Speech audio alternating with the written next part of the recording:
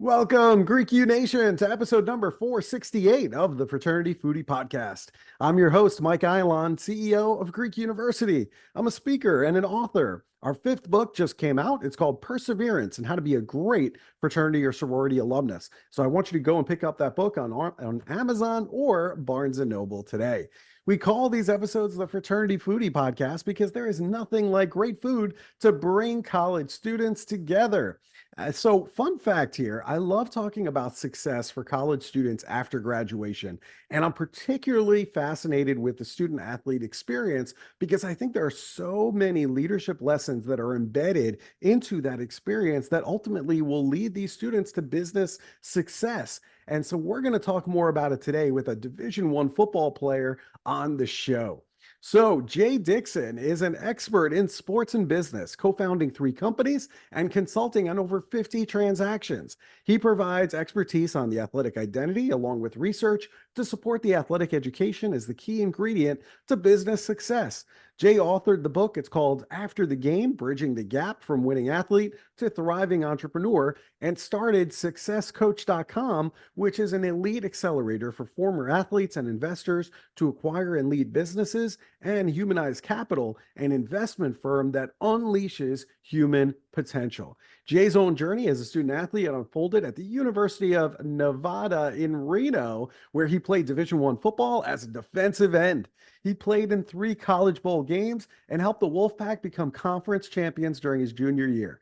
He furthered his academic pursuits with a master's degree in English literature from National University. Notably, Jay has earned recognition for business excellence in venture capital and private equity from Columbia Business Schools and studies within his MBA, adding another layer to his multifaceted expertise. Welcome to the show, Jay Dixon. Mike, thanks for having me. You know, that intro, I'm thinking we need to get you on ESPN. You've got the great voice, my man. I appreciate the intro. Hey, I appreciate that. Somebody on the podcast asked me the other day, like, have you ever done any radio work? And I'm like, nope, it's just this podcast. That's the only place you will find my voice. Watch out. They might be coming for you. They might be coming for you. But yeah, That's thanks for the right. intro. Happy to be here and love the mission and what you do. Hey, I appreciate that very much. And I mean, as a defensive end Division I football player, I'm wondering if you agree with the statement that Lawrence Taylor is the best football player to ever live on the planet. Most vicious football player. He is a heck of a football player. Yeah, I don't like quarterbacks. You know, a lot of people want to go with Tom Brady or Joe Montana, or they like going towards those flashy folks. I like to keep it off the edge and those defensive guys. So yeah, I'll take that one. Yeah, LT, man. I mean, he just wrecked the game. I mean, if you watch footage of that guy, I mean, he was just a one-man wrecking crew. He was clearly the best player on the field at all times. He looked like a giant among boys playing football, like in the backyard, Yeah, yeah. Oh man. And could you imagine today, we're speaking college with NIL, just how how much he would have blown up, on social media I and can't yeah, even heck of a imagine. player. Heck of Yeah, a I player, can't yeah. even imagine if he was playing today what that would be like. But I mean, he took over the game and it was like impossible to not keep your eyes on him if you're watching because he's just dominated like on a level. He just terrorized quarterbacks. I mean, absolutely terrorized them. And I love watching good defense, like I agree with you completely. Like everyone goes to the flashy quarterbacks, but I'm like, nah, I'm like, show me a defensive player that takes over the game. And that is really exciting to watch. But Yeah, that's just me. it's a reaction. It's not planning. That's my thing with offense, right? They're planning, they're planning. Defense, we're reacting, we're reacting. We're the athletes on the defensive You're side. But definitely the athletes on the field. I mean, yeah, so all right, so you decided on the University of Nevada, Reno for your undergraduate experience. You got a full football scholarship, which is absolutely incredible. I'm always talking about figuring out ways to lower that cost for college students to get that higher ed degree, and you found a way to do it, which is obviously through athletics. What made you decide that UNR was the right place for you? yeah. 3 things. One, internally, my goal from the time I was 7, when I first put on a football helmet and I fell in love with the game, was to play Division I football on a scholarship. And so that's number one. Number two, University of Nevada was the first team to really heavily recruit me, and at the time we had a Hall of Fame, already inducted Hall of Fame coach, Chris Alt, who had come back out of retirement to lead the Wolfpack again. And so when he recruited me, you got a Hall of Famer there. That was pretty influential. And number three for me, growing up in the late '80s, '90s.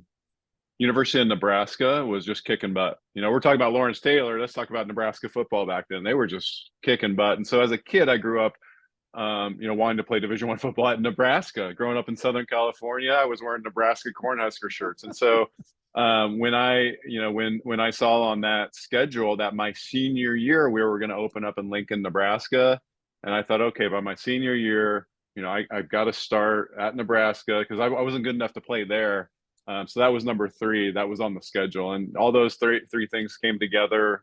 Division I football scholarship, Hall of Fame coach, playing at Nebraska, and I said, "Okay, I'm in." It took, they literally offered me, and I said I couldn't sign it soon enough. Yeah. So it was a good experience. I mean, that makes total sense to me. I mean, when you have a Hall of Famer that's going to recruit you and mentor you through that process, and it's all the bills are paid, so you don't have to worry about that.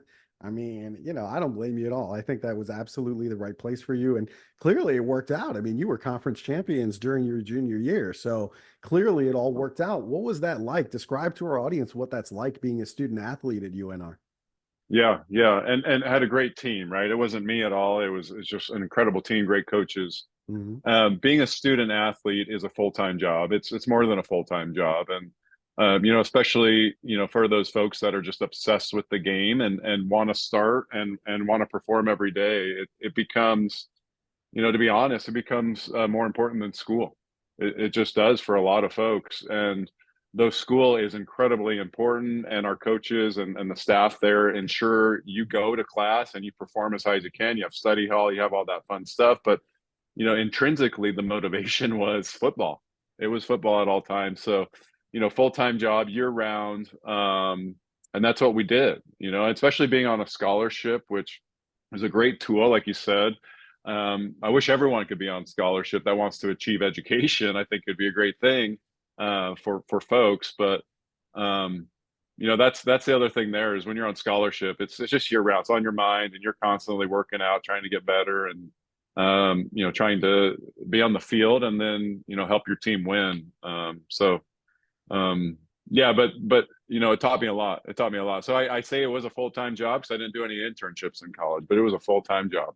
I bet it was. And I think, student athletes have to give themselves some more credit, I feel, in terms of that experience and just having that confidence in the business world after graduation. You authored the book. It's called After the Game, Bridging the Gap from Winning Athlete to Thriving Entrepreneur. I heard that was even distributed to the Olympic team, which is just insane when you think about the high caliber of athletes that are actually reading your book. What makes you believe that student athletes and maybe even athletes in general, such as the ones in the Olympic team, what makes you believe that they are perfectly poised for business ownership? Yeah, yeah. Well, I'll start with the quantitative data. So there's no argument, because it is my theory, but then there's no argument here. Mhm. Um, is former athletes as CEOs of small companies uh, perform 15% higher return on assets. So they're returning 15% more to investors than non-athletes. And this is all data backed in studies. Number two, 17% longer tenured as a CEO. So athletes are staying longer as CEOs. And being a CEO isn't an easy role. You got all the pressure of the world on your back. And so that resiliency and the ability to stay in that seat through the ups and downs is important. So those are just two high level stats. And then, it's no wonder, you look at the Fortune 500 and you look at the CEO, the majority of them played college sports. So there's a commonality there as well. And, finding great CEOs for investors or for Wall Street, for anyone in the world is big business. And we're folks out there are constantly researching what makes a great CEO. Is it school? Is it their formative years? Is it a combination of both? And so they've done a lot of research on military, right? And so you look at like ex-military and decisions are more conservative. They use less debt, all that fun stuff. But sparse has been done on the athletic education, and And for me, that's one of the missions I'm putting out there is to derive what is it that makes athletes just great leaders in business, and how do you translate that into business? And so it's in the book. We have an appendix with 10 soft skills based on neuroscience that are developed in athletics. And then, we also, or I also promote those high level stats and some other stats of, really what athletics builds inside of you, and translates, beautifully into business success. So, Mm-hmm. yeah, the Olympic team, they have 100 books, and I'm excited. I hope, I just hope it helps some folks, because those Olympic athletes, those careers can be short, and they work their whole life, and then boom, they, make the Olympics, and that may be their only shot at it. So, they've got a soft spot in my heart, and hope it helps them as well. Yeah, I think you're right. I've seen a lot of research about in the military and business success. I've seen even some research in terms of what the fraternity and sorority experience gives to college students and how that makes them successful. I haven't seen a lot on athletics, so I think that's an interesting. If anybody's looking for a dissertation topic, Jay is leaving the door open for you to go and do that research to figure out why these athletes make such great CEOs. And I'm just curious, about your opinion there. I mean, you started hinting at it about the soft skills that student athletes will get as a result of that experience. Are there certain soft skills in particular, any crucial mindset elements that you see in order to achieve that professional success?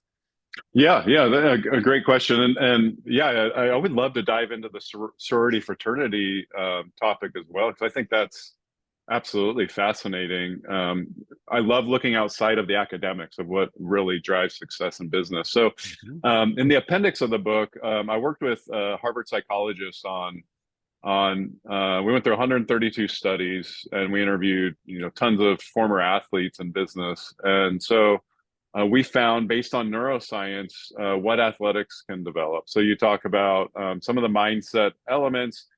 The word that's out there a lot is resiliency. A lot of people use that, but we can derive that to the neuroscience that develops, parts of your hypothalamus playing sports, and your limbic system becomes a bit more balanced playing sports, and that can translate into business.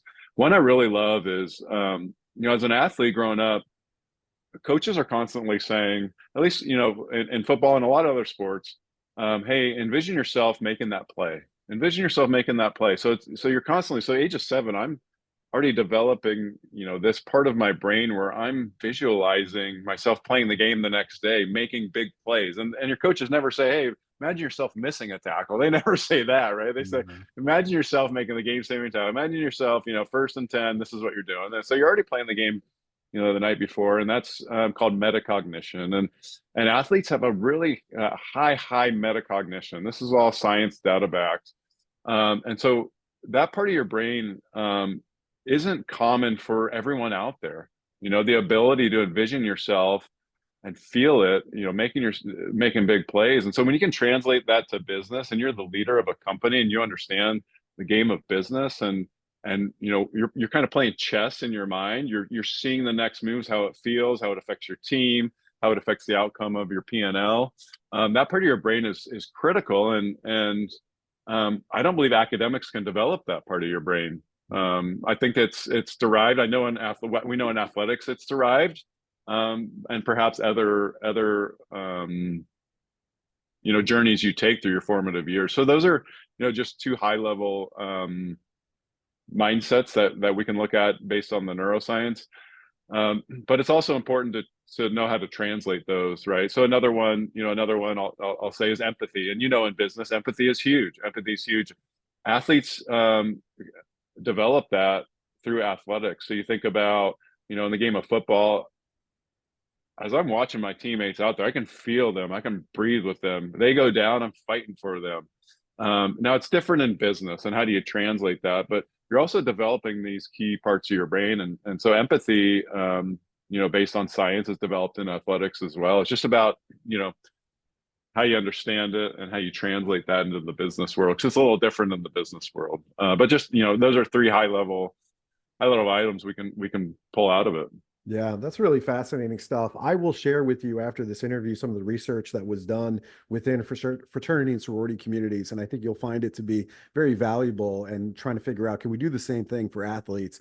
It's actually on the Greek University website, right on our homepage, but I will share that information with you. And my hope is that we can get down to the nuts and bolts of it and figure out why this is the case. I think it's fascinating. And I agree with you in that, just a student going to class and studying and performing on exams and coming home without any extracurriculars, without any team building, without any commitment to service, without any commitment to certain values, and things like that. I think there's some pieces that are missing.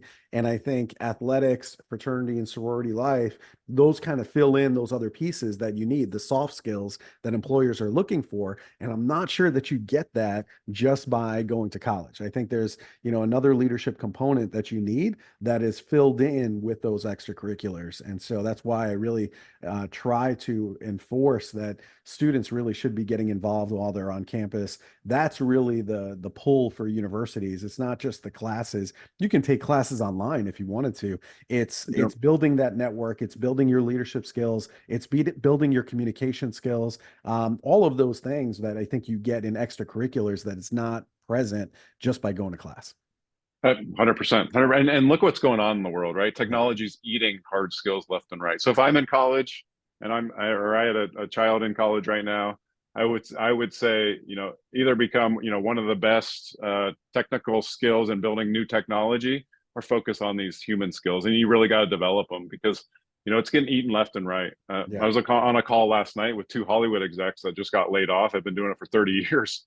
It's you better focus on these human skills, and yeah, I'm excited to see, what you have on the sororities, fraternities. I think it's fascinating. Yeah, it's really fascinating. You'll love those studies. And I agree with you. Things like public speaking. I mean, you really need to have those skills. And if you don't have that on a college campus, there are courses that you can take for that. And so Yeah. jump into that, because I tell you what, you're always going to have to sell yourself for the rest of your life. And if you can't do that and you can't speak to a crowd of, 1,000, 4,000 people, it becomes difficult to get to the top of your niche, whatever that is.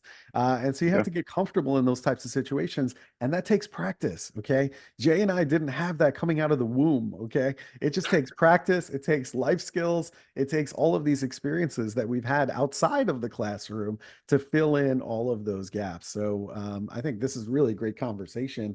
I love working with entrepreneurs. I think that there's a lot of Gen Z students out there that are budding entrepreneurs. They have this new product or service in their head while they're in Yep. college, and they're trying to figure out, how do I get this to market? And from my experience, I'll tell you what, the first person who gets to market, this is the person who gains the most market share. Okay. So you can't really hesitate. If you hesitate, you're dead. I mean, it's just like in athletics, right? It's just like out on the football field. You can't hesitate. If you hesitate, that's a bad spot. Okay. Just you have to run with your instincts and you have to be the first to market.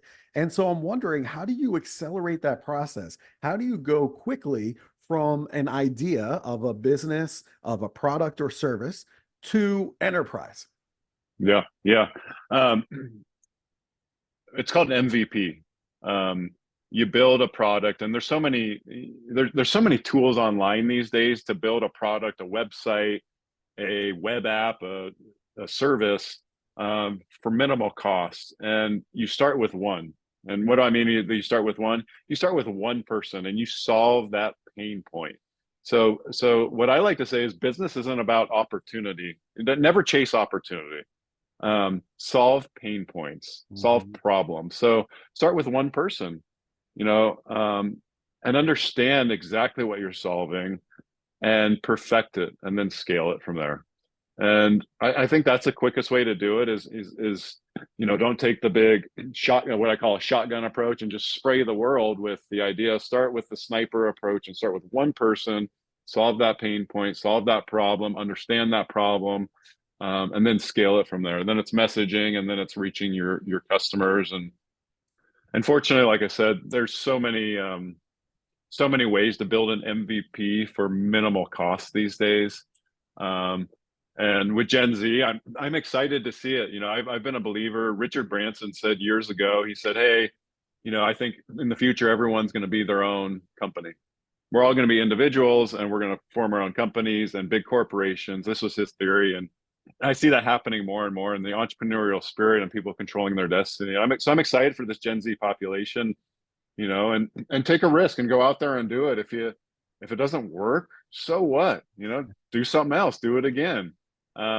But constantly have those ideas, get them down and run. And like you said, go as fast as you can, move fast and break things. Yeah, I Is mean, as another great college one. students, now's your opportunity to try something totally off the wall and see if it works. I mean, you can't wait until you're 40 or 50 or 60, because by then you probably have a family and real responsibilities. You got to pay a mortgage. So, when you're a Yeah. college student, this is the best time to experiment and to try to launch something. And listen, side hustles are becoming very, very common. Maybe that side hustle that you start in college turns into a mega company. You just never know. And so, I'm with you. I mean, just give it a shot. You got nothing to lose. What's the worst thing that's going to happen? The business isn't going to work out. You know what happens when you fail? You learn. Okay. You Yeah. learn what not to do so you don't repeat it in the future. I failed. I don't know about you, Jay, but I failed thousands of times in my life. Okay. And that is why I'm successful. Exactly. I've failed 1,001 times. I've just it's amazing. I'm also a fan. We do through one of my programs, we do failure resumes. I don't Mm, care what you've achieved. I could care less. And the people I work, we care. I want to see your failures. So we do failure resumes. Those are beautiful, right? Those are beautiful things to do and say, hey, I tried this, it didn't work. Here's what I learned. Wow, yeah. that's fantastic. That's more than saying, hey, I worked at this company and I'm Mr. and Mrs. All Star Right. to us. So yeah, Yeah, that's real. love I it. mean, that's real. I mean, you get some real good learning experiences there, and that's okay. And we all do that. I think Gen Z is just under so much pressure to be perfect all the time, and I think You that know, nothing could be further from the truth. Nobody here needs to be perfect. I'm not perfect. I'm certainly a flawed human, and I admit that every single day. But you know what? I learn. I learn yeah, from my mistakes, and I don't repeat them. So I think that's really the key. And, I think that kind of brings us to self-awareness and emotional intelligence. Why do you feel like those two characteristics are so important in business today? yeah. Um, you're not going to be successful on your own. Mm. In fact, the people around you are what going to make you successful. So that's start with that startup idea. Let's say you build an MVP, you solve one person's pain point. Now to scale that, you better have people around you that you can motivate, that you can connect with, and that will, just like the football field for me, that will almost, kind of die on the stake for you. And those folks are really how you build a company. Um, Peter Drucker says, culture eats strategy for breakfast. I've seen it time and time again. So even the best ideas, the most strategic ideas coming out of the elite business schools, they oftentimes they don't work if they don't have the team around them that's uniformed and together and has the same vision and same purpose. So self-awareness is understanding who you are and understanding where you fit and putting your ego aside to me, and developing empathy is really a big thing. And for me, that was something I had to learn after my career of playing football. Because when I was playing football, it was a very tough game, a very you know quote unquote alpha male game, right? And just to be tough, be tough, be tough, and so developing empathy and understanding the feelings of others is how you connect with people, and caring about other people and not yourself is important in business, especially as a leader.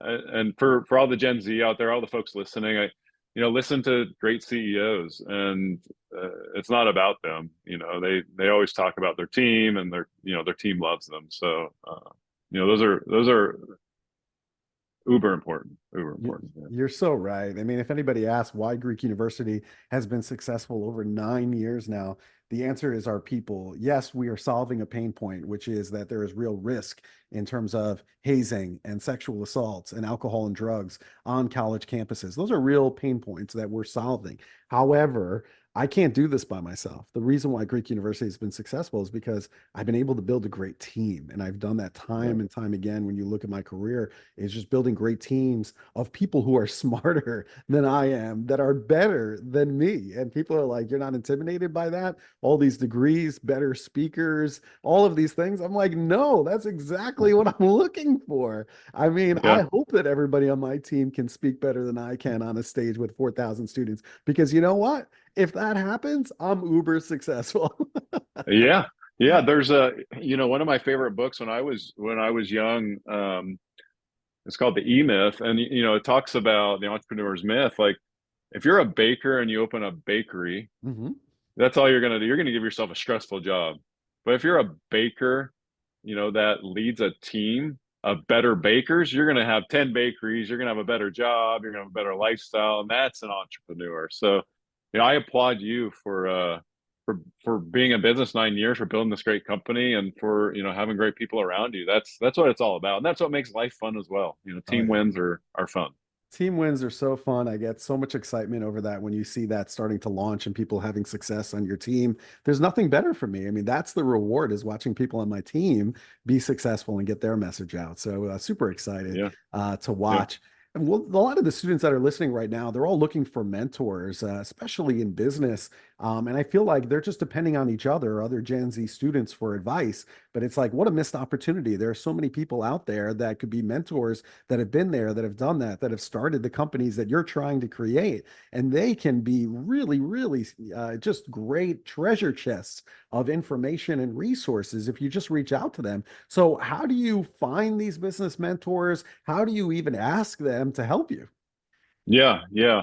Um, so at universities, most universities have either entrepreneurs in residence, or they have folks that are maybe alumni that have offered to give time. Let's say they don't. Let's say they don't.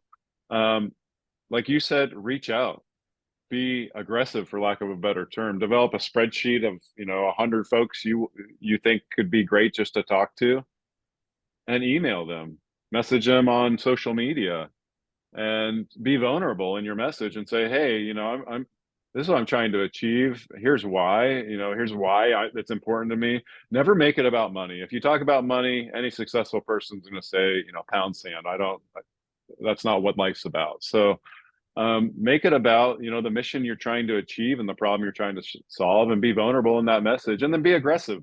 Um, one of the data points I had early in my career, I started a real estate company, and we had 30 real estate agents under us, and I would teach them, hey, you're trying to find new sellers for listings. The data says message these folks 13 times. They don't get back to you after 13 messages, and you can put it in a message there. But your goal is always, just like in this scenario here we're talking about, a no is just as good as a yes. But if you never hear back from folks, keep following up with them. But you're always trying to get to a no or a yes, Mhm. and finding those folks. So there's a lot of successful people, or people that are later in their careers, or maybe mid careers. They love giving back. They love mentoring the next generation. Um, as long as you're in it for the right reasons. So I would look at different angles there. Maybe through your university, talk to the academic advisors. Go message people like you and I, and say, hey, here's what I'm trying to achieve. Here's the niche I'm in, and then go there. And the startup route is super hot right now. If you've got a great idea, go to even YC, which is the biggest and best, and say, hey, why not reach there? You never know what can happen, and see, where things ping from there. But a lot of resources, and I know Gen Z's, quite capable online to find people. So my only advice there is, be aggressive and get to a no or yes, as fast as you can. Yeah, LinkedIn is your friend, so definitely use LinkedIn. that. Yeah. I think that's tremendous. Twitter and other social media platforms, you can really get access to just about anybody if you try. But you got to give it a shot. You got to put yourself out there. You got to be vulnerable, like Jay is talking about. And Yeah. you're right. I mean, the startup market is super hot right now. What if you need an investment in this business in order to get it going? What options are out there for recent college graduates, or even current college graduates, that want to build this empire? Yeah. Um, well, first and foremost, you need to be clear on what you're asking as an investment. So do your research. If you're doing startups, there's things called safes and different ways to buy into startup ideas. And understand, how to value a company that has no traction. So there's different ways to value companies. And so for folks listening, I'm happy to help and direct people to different resources or give different spreadsheets, and how to do that. But be clear on what you're asking from people. Accredited investors, and my dealing with accredited investors, you better be super clear on what you're asking, because they're getting asked for stuff all the time. So do your research on the startup route and what you're asking, and then there's different networks. So I'd go to angel investor networks are great, and you can just Google them. On the West Coast, there's like West Coast Angels. There's different things out here. On the East Coast, I know I went to Columbia. They've got a Columbia network that you can go through and just start reaching out, and then family and friends. Mom and dad, brother and sister. While they may or may not invest, they might have someone in their Rolodex that has something, and constantly ping around and work it. But being clear on what you're asking for is important. Yeah, absolutely. I have one last question for you that I think might be interesting for some of those budding entrepreneurs. When does it make sense to buy an existing business? And if so, what should our listeners be looking for in terms of acquiring an existing business and inserting themselves in there? Yeah. Listen, Mike, I'm a huge champion of what's called entrepreneurship through acquisition. Right. And that's buying a business. And Mhm. there's a lot of reasons for that. The success rate is higher. The idea is proven, and you can still be creative and go out there and do different things. But you better have a synergy. And what do I mean by that? So if you're in college now and you're taking, accounting classes, and you're really good at accounting, buy a bookkeeping business. There's virtual bookkeeping business. I'm working on deals, virtual bookkeeping businesses that are fantastic, right? You can run it from ever. It's already making a few $1,000,000 a year. How do you fund that? So what I do at successcoach.com is this model that I've built allows for folks to have zero cash.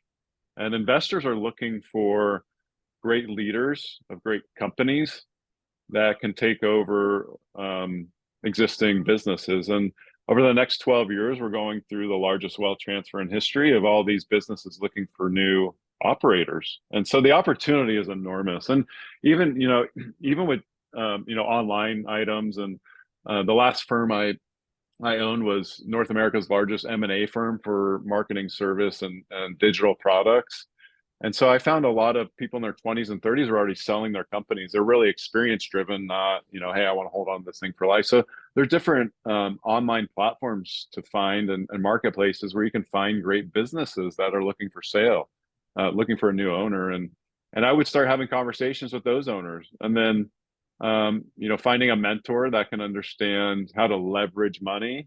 Maybe you've got someone at your university that's in the business course or doing things like that you can leverage as well. And that's a great route. So if you don't have an idea, or maybe there's an idea that came across that's already operating, start exploring that route. And I'm a huge proponent of that, and always happy to help out. Anyone from your network that's looking to go that route. It's a fun route to go through. Yeah, you've given us a lot to chew on, and I love that you're making yourself available to some of our listeners who might want to take that route, because I think you'd be great at guiding them in terms of what they should be doing step by step. So that's really wonderful. Now, I do love good food. That's just kind of my weakness, and I sense that you're a food guy as well. Certainly, I'm sure you've had your share as a Division I football player. So I'm more of an East Coast guy. I've spent most of my life in Manhattan. Where should I go for a great bite to eat when I'm out on the West Coast, out in LA? Yeah. Well, I'm going to hit you with one so I grew up in Orange County, which was about an hour south of LA. Yeah. My favorite Mexican restaurant. I could eat this thing every single day. It's called Las Golondrinas. I believe Okay. it means like the swallows. Started in San Juan Capistrano. I actually think on Dumb and Dumber they talked about the swallows of Capistrano. They made something fun about it. But Las Golondrinas, now I think they've maybe have 10 locations. To me, my goodness, it is the best Mexican food on the planet. And it's Wow. walk in, it's just got it's not a sit down. You walk in, order the food, they whip it together, and you take it out and you get a burrito from there. Oh my gosh, that thing is fantastic. And then, always, Mike, if you get off in LAX and you just want something quick in LAX, like I'm a Southern California surf soul. Just hop on El Segundo Boulevard. There's an In-N-Out right there. Get a double double Oh, animal yeah. style, and you're doing good. You can never go wrong with In-N-Out. They're Yeah. actually, I live in Nashville, Tennessee, and now they're actually bringing In-N-Out to Nashville, which is wild for anybody who's like on the West Coast. Like, what? You're leaving the West Coast? What do you mean? That's But yeah, amazing. it is amazing. So they're actually building like a headquarters out in Nashville, which is just insane. Everybody's moving here, by the way, and I'm sure you've probably noticed it. I mean, literally, where I live in Franklin, you got Mitsubishi North America. Left California, moved to Franklin, Tennessee. Nissan North America left California, moved to Nashville, Tennessee. You're seeing a trend here, and a lot of it has to Yeah. do with taxes. A lot of it has to do with property tax, income tax, and other issues that are much lower in Nashville. So I'm seeing a lot of it, and here, sure enough, here we go with In-N-Out Burger. There you go. Hey, Nash Vegas just got better. I spent time in Nashville. I love it. I love the state of Tennessee. Shoot, Jay Dixon may be next now, Mike. You Maybe never we'll know. we'll see a relocation. We'll have to see. But listen, you gave some great ideas there. I do love good Mexican food. So next time I'm out in California, I will definitely go and check that out. I'm always in the mood for a good burrito. So if it's as good as you say and you could have it every day, that's when I know Yeah. it's good. Then I'm like, all right, we're down. Let's go.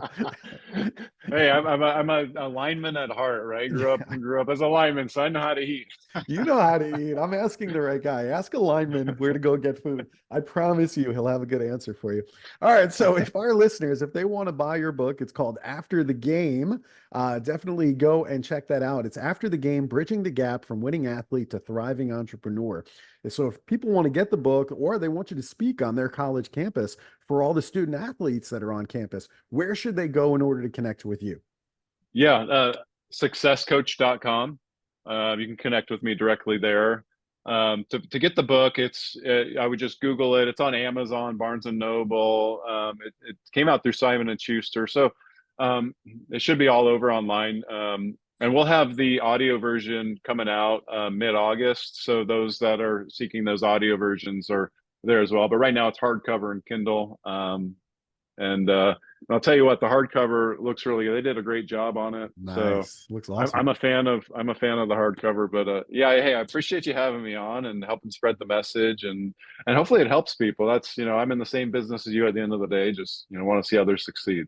Yeah, we're in the same business ultimately. We want people to be successful, and just sharing our knowledge and our experiences and our resources can help people to get where they want to go a little bit quicker. And So so, yeah, I appreciate what you do. Thank you so much. And go to successcoach.com in order to connect with Jay Dixon. And what can I say? Thank you for sharing all of this. And I'm sure our paths are going to be crossing very, very soon. So thank you. yeah, no, thanks for having me. This is great. You got it. And to our listeners, if you enjoyed this conversation with Jay, I want you to like it and I want you to share it with other athletes on campus that could use that direction. Maybe it's a budding entrepreneur that is, just graduated from college, just finished his Division I football playing days, and he's got a business idea. Jay Dixon is the one that you want to connect him to. So, absolutely, I think a great resource. Make sure you share it with that student athlete in your life. Thanks so much for joining us, and we'll see you on another episode of the Fraternity Foodie Podcast. Bye for now.